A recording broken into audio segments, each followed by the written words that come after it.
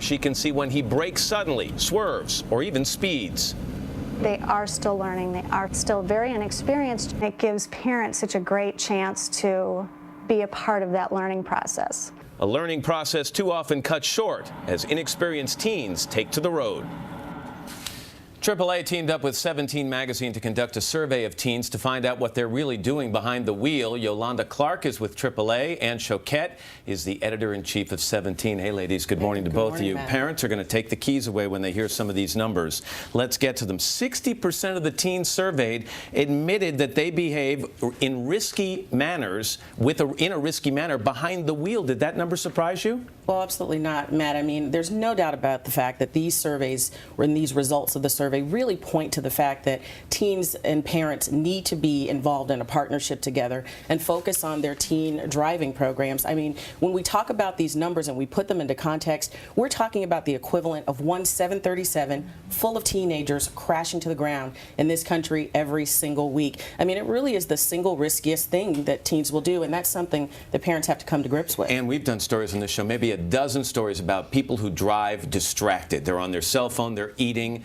So this happens with adults too, but when you combine teens, and 50% of teens said they talk on a cell phone while they're driving, 46% said they text message their friends while they're driving. They're inexperienced, as Yolanda just said. This is a problem. It used to be that we had to worry about driving while under the influence. Now we have to worry about driving while distracted. It's amazing. Teens think that they can multitask, like we multitask in the rest of our lives. But when you're driving, you need to single task. And this is so important, and that's why 17 partnered with AAA. Here's a number that at face value might not sound like a big deal. 58% said they drive with friends in the car. You say, okay. But the problem is, the more teens you put in a car, the higher the risk of an accident. Isn't that right? Well, that's absolutely true, Matt. I mean, in fact, teens are 4 times more likely to be involved in a crash when they have 3 or more passengers in the car. And as Ann was saying, it adds to the additional distractions. And in fact, we're in the middle of the summer months, July and August, where we see more teens actually involved in fatal car crashes.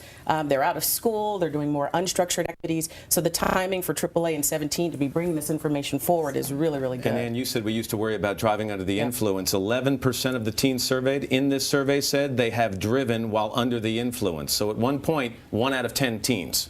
And, you know, teens see bad role models in Paris Hilton. They see Lindsey Lohan stumbling out of a club, and they're getting a lot of bad influences. And it's our responsibility, it's everyone's responsibility to be a good role model. And there's an easy way to do it for a parent. You develop a contract. It basically says, here are the terms under which you're allowed to drive this car. You break the terms, you can't drive the car. You know, parents give teens the responsibility of driving a car, and they need to give them the responsibility of enforcing the rules of the road.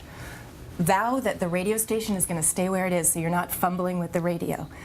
Cut the cell phone use. Limit the number of friends. But the most important thing is to just start the conversation with your teen. As you just said, discourage distractions. And by the way, just like adults, buckle up. Absolutely. In fact, you can reduce your risk by 50% of surviving a car crash, Matt, by actually just putting on your seatbelt. Just one simple click can save lives. Absolutely. Yolanda Clark and Ann Choquette, thanks very much for the information.